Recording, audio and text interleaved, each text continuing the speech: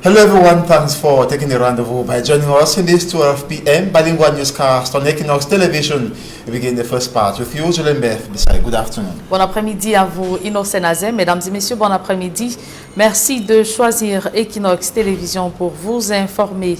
Les hommes d'affaires redoutent que des ministres et fonctionnaires détournent leurs contributions financières destinées au plan de reconstruction des régions du Nord-Ouest et Sud-Ouest. Les chefs d'entreprise ont reçu les assurances du Premier ministre qui a déclaré que le gouvernement ne touchera pas à un franc de la communauté des affaires. Joseph John Gouté était au JICAM pour écouter leurs préoccupations. On fait le point dans ce reportage de Eric Ouattat et Jean Pochuniat.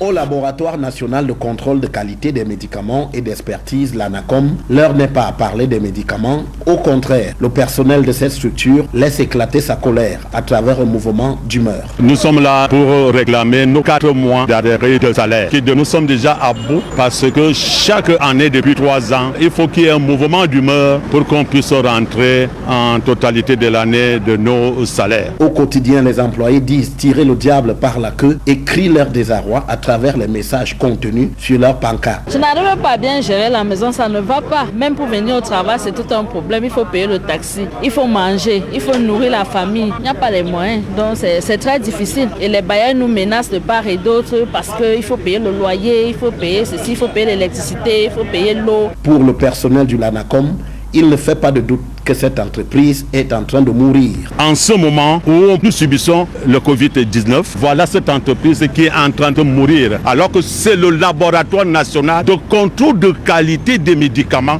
et d'expertise. Si vous voyez ces missions, et voilà ça qui est en train de mourir. Cette situation de décrépitude est attribuée au ministre de la Santé publique. Au jour d'aujourd'hui, les faits d'homologation, comme ils sont logés au ministère de la Santé, la tutelle technique s'est bloquée là-bas. Le ministère des Finances a bloqué des subventions. Nous ne savons pas pourquoi. Quant au ministère des Finances, après avoir débloqué 2 subventions spéciales de 500 millions de francs CFA au LANACOM en 2019 et 2020, il n'entend plus le faire, estimant que les fonds d'homologation des médicaments dont la quote-part du LANACOM s'élève à 55% devraient suffire au fonctionnement de cette entreprise. Pourtant, cette quote-part est bloquée par le ministre de la Santé publique depuis son arrivée à cette fonction, d'aucuns l'accusant de vouloir, par cette démarche, placer l'un des siens à la tête du LANACOM. Devant l'indifférence des principaux responsables déjà saisis de cette affaire, qu'il va poursuivre son mouvement d'humeur jusqu'à ce qu'une solution définitive soit trouvée à ce problème. Vous venez plutôt de suivre le reportage de Guy Zogo sur la grève illimitée du personnel du laboratoire national de contrôle des médicaments. Les hommes d'affaires, je vous le disais, redoutent que des ministres et fonctionnaires détournent leurs contributions financières destinées au plan de reconstruction des régions du Nord-Ouest et Sud-Ouest. Les chefs d'entreprise ont reçu les assurances du Premier ministre qui a déclaré que le gouvernement ne touchera pas à un franc destiné à la communauté des affaires. Joseph John Gouté était à Douala pour écouter les préoccupations sur la morosité économique du pays. D'autres précisions dans ce reportage de Jean Pochuniat et Eric Ouattat. Une fin de non-recevoir du JICAM, servi au ministre délégué Jean de Dieu Momo venu à Douala en lieu et place du ministre de la Justice Laurent Esso attendu. C'est finalement le Premier ministre chef du gouvernement Joseph Dion Gouté qui vient écouter les préoccupations des hommes d'affaires sur les conséquences économiques de la pandémie Covid-19 et tous les blocages et entorses structurelles à la compétitivité des entreprises du secteur privé. Notre organisation patronale voit dans votre geste historique et inédit non seulement la réitération de votre humble accessibilité, mais également le marqueur de votre attachement au développement du secteur privé dans l'intérêt bien compris de notre nation. Au-delà de cette grande première, de voir un Premier ministre chef du gouvernement fouler le sol du JICAM depuis sa création en 1957, la communauté des affaires exprime ses craintes et ses doutes sur la gestion transparente de leurs contributions financières par des ministres et autorités administratives dans un contexte de détournement de fonds publics devenu le sport préféré des gestionnaires de la fortune publique. Le rôle du secteur privé dans ce type de mécanisme ne saurait en effet se réduire à être mis devant les faits accomplis et satisfaire des demandes de financement. Il serait en outre dommageable pour l'État de se passer de l'expertise de son partenaire privé dans la dimension économique et sociale de la gestion des activités de reconstruction. Et du tic au tac, le Premier ministre Joseph Diangoute met les points sur les i, rassurant les hommes d'affaires de leur autonomie à gérer leurs contributions, très loin des fonctionnaires rapaces de la fortune publique. C'est le lieu pour moi de préciser que le gouvernement n'entend pas s'immiscer d'une manière ou d'une autre dans la gestion des appuis financiers qui pourraient être mobilisés par les partenaires privés. Les micro-projets auxquels je viens de faire allusion peuvent être réalisés soit directement par les entreprises privées, soit alors dans le cadre d'un partenariat avec les groupes communautaires, les communes ou les régions concernées.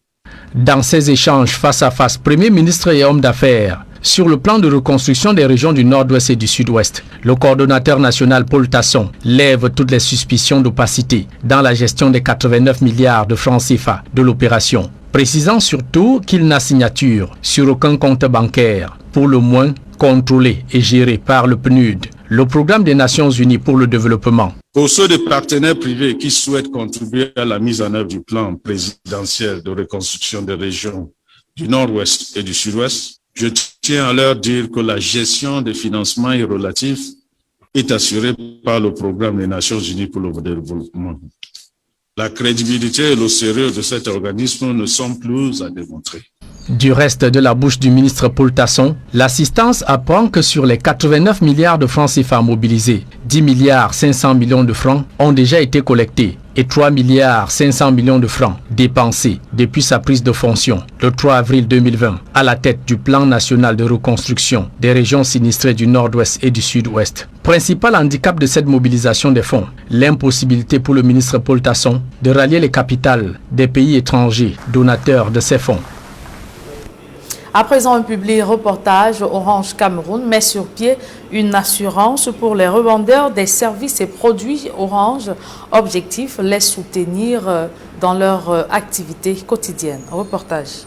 Le simple fait que l'entreprise via son management soit conscient de ses efforts. Orange Cameroun, au chevet de ses ambassadeurs. C'est un engagement social pour cette entreprise citoyenne qui, au travers de l'opération Loyalty Programme Callbox, reconnaît les prouesses des centaines de distributeurs détaillant des produits Orange et magnifie leurs efforts.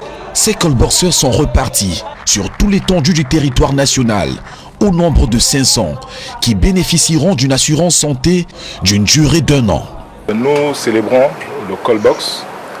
Je pense que c'est la suite d'une formidable aventure qui a commencé l'année dernière sous le patronage de notre directeur général, M. Frédéric Debord, qui a voulu que chaque année, on récompense, qu'on reconnaisse la performance et que ce soit en plus de cette reconnaissance-là, gratifier le maillon important de notre chaîne que sont les callboxers d'un an d'assurance santé.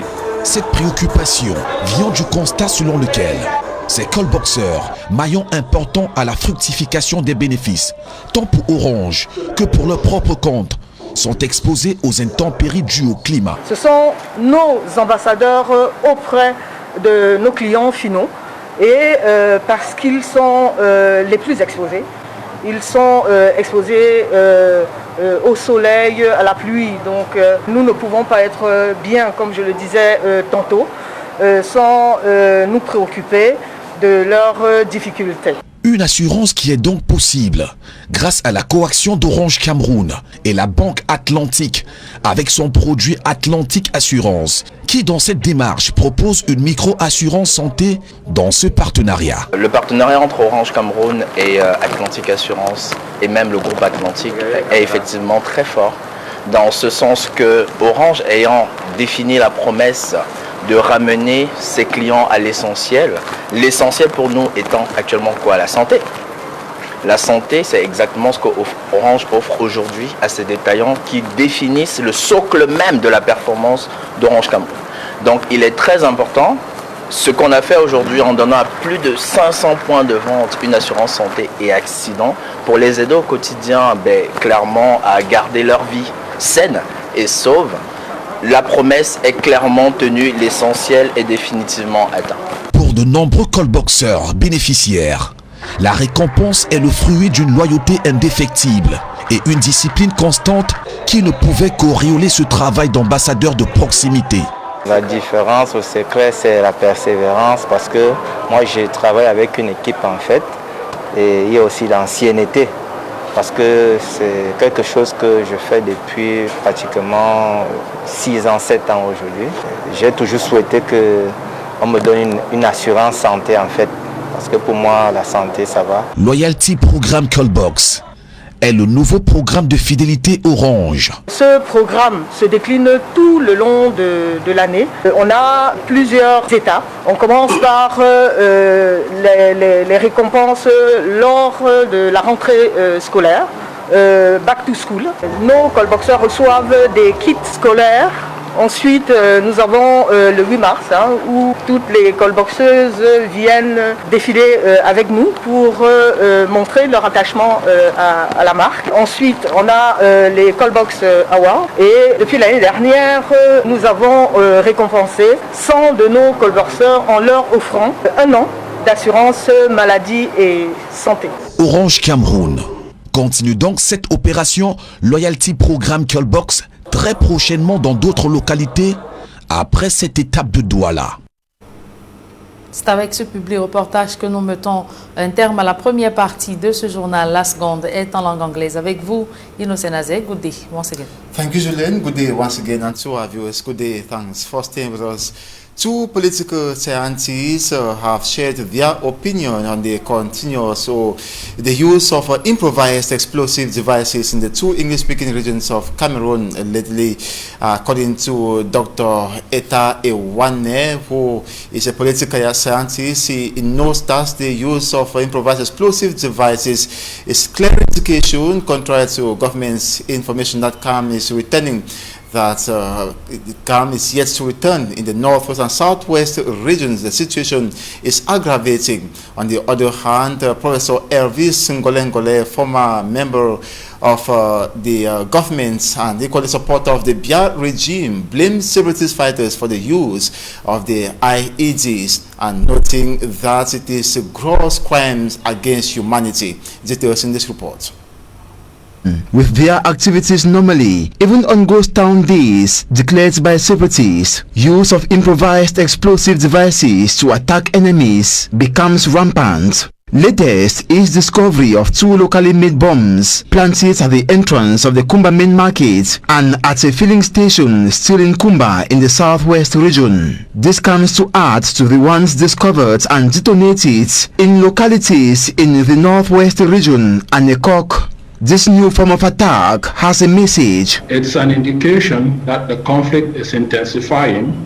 So what we are experiencing right now, it's the changing nature of the conflict in Cameroon.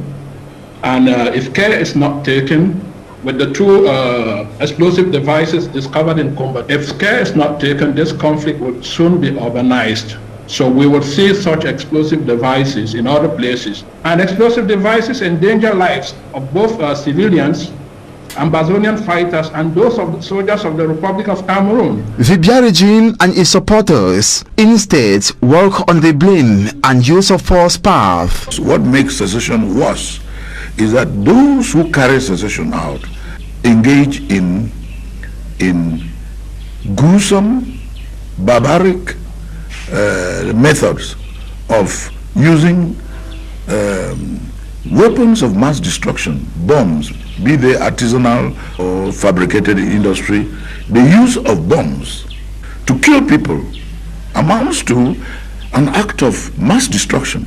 That is an act which is against international law, human rights. It is against humanitarian law, and it's against the decency and the humanity of people. And those who are engaging in these sort of acts of using bombs or artisanal bombs or whatever bombs expose themselves to being prosecuted for crimes against humanity. A point of view which irritates worms in the belly, as Dr. Eta Ewane schools Professor Elvis Ngole more on crimes against humanity. He fails to mention that the burning down of villages is the worst type of war crime. The burning down of hospitals, the mass assassination of civilian populations by members of the armed forces. This constitutes essential elements of our war crimes. War crimes are being committed in Cameroon, but he should be honest enough to tell us that the crimes are committed both by the Ambazonian fighters and by members of the Cameroonian armed forces. And so if we want to talk about this, we need to make an honest assessment. He tells the government of Cameroon to find adequate measures to end the worsening armed conflict and to refrain from implicating innocent civilians in a crossfire web. The population is caught into a difficult trap. If you collaborate with the armed forces, you are in trouble with the Ambazonian fighters. If you collaborate with the Ambazonians, you are in trouble with the soldiers. Meeting with economic stakeholders here in the nation's economic capital, Douala, notably at the JICAM head office in Bonanjo, the Prime Minister, Head of Government, Chief Dr. Joseph John Goute noticed that the Cameroon's economy is crippling as a result of the persistent armed conflicts in the two English-speaking regions. He knows that the economy can only be revamped if the armed conflicts is resolved. And for me, Armstrong Sanda was there. He compiled this report. Action of the Jean de Dieu Momo option by the Cameroon Employers in Business Association, JICAM. Prime Minister Chief Dr. Joseph John Goute accepted to come to Douala himself to present the presidential plan for the reconstruction and development of the northwest and southwest regions and to listen to the worries of the private sector vis-a-vis. A visit marking the first from a sitting prime minister in Cameroon since the creation of JICAM in 1957. Speaking on behalf of the private sector and considering recent reports of misappropriation of state funds, JICAM President Celestin Tawamba said the private sector needs assurances that their financial contribution to the PPRD will not be mismanaged. He says the private sector also wants the relaxation of fiscal policies and a frank collaboration from the government of Cameroon to be able to contribute to the return of economic normalcy to the northwest and southwest regions. The Cameroon Employers and Business Association, according to him, does not want to be a spectator but a full player in the presidential plan for the reconstruction and development of the northwest and southwest regions. Responding to their worries, the Prime Minister Chief Dr. Joseph John Goute categorically assured JICAM that government will not intervene in the money collected by the private sector for the reconstruction and development of the northwest and southwest regions. He was clear that the private sector will have a free hand in the management of all its resources mobilized for the return of normalcy in the Anglophone regions. The Prime Minister moves further to state that his government remains committed to the peaceful resolution of the Anglophone crisis and says dialogue is and remains their priority modus operandi. The presidential plan for the reconstruction and development of the northwest and southwest regions national coordinator, Minister Paul Tasson, while presenting the plan to the private sector stakeholders, said 10.4 billion francs CFA has been gotten for the plan out of the 89 billion francs CFA envisaged. He went further to state that 3.5 billion francs CFA has been used already out of the 10.4 billion francs CFA collected into its account. Paul Tasson, however, said he will not give details on how or what the 3.5 billion francs CFA has been used for now, and went further to say that not every detail will be given to the public instantly as they proceed with the presidential plan for the reconstruction and development of the northwest and southwest regions. From Douala, the Prime Minister headed to Buea, chieftain of the southwest region, where he is expected today to supervise the destruction of arms seized from repentant and killed separatist fighters by elements of the National Defense and Security Forces. The Director in the follow report spent his arrival last evening. The Cameroon Prime Minister and Head of Government just arrived Buea. Sources say Chief Dr. Joseph John Gote is in this southwest regional capital ahead of the Wednesday, May 19, 2021 official destruction of arms that were in the hands of separatist fighters. From when armed groups were created some over 4 years ago, the rhythm of what used to be peaceful protest changed entirely and things graduated into an armed conflict. The government, through President Paul Biya, called for these individuals to lay down their arms, a call that yielded some fruit, no doubt. And the creation of disarmament centers was a plus, as more people dropped their weapons to embrace the government option. And some who were hesitant, the government took its responsibility for the nation's integrity. Nous venons de démanteler un campement en bas. And the arms were seized. Today, the Cameroon Prime Minister and Head of Government, Chief Dr. Joseph John Gote, is here to supervise the destruction of these weapons. Weapons, sources say some are sophisticated.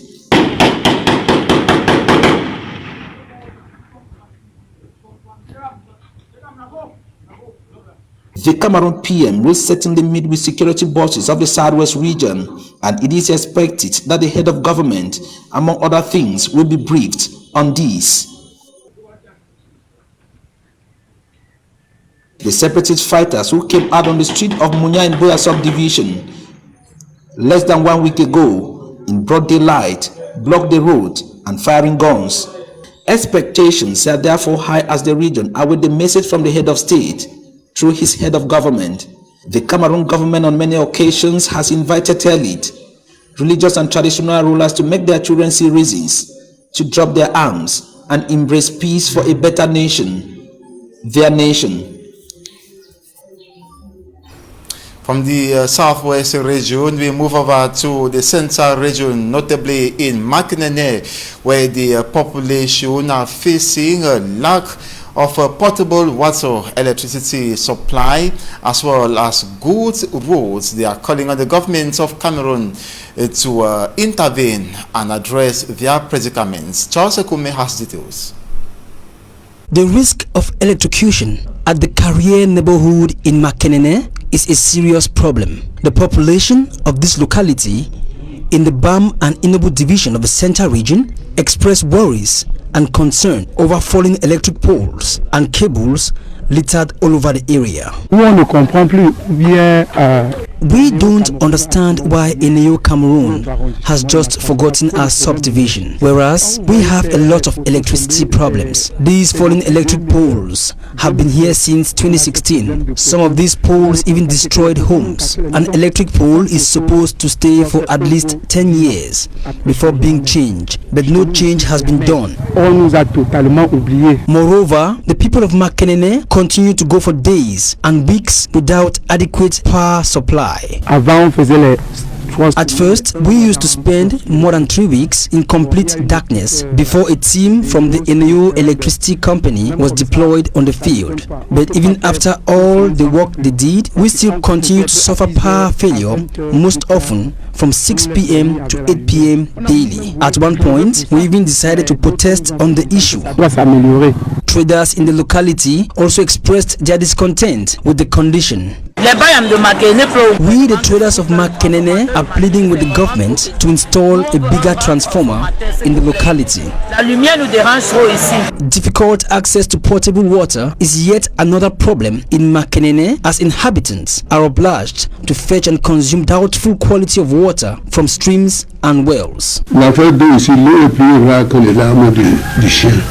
nous souffrons énormément. Water is so rare in my neighborhood. We have just one public tap which barely produces qualitative water. We are forced to drink water from wells and rivers. Nous sommes obligés de boire l'eau des puits. With the rehabilitation of National Road number 4, the population was hoping this would pave the way for more development in the locality. Some inhabitants have even called on the elites to come to their aid.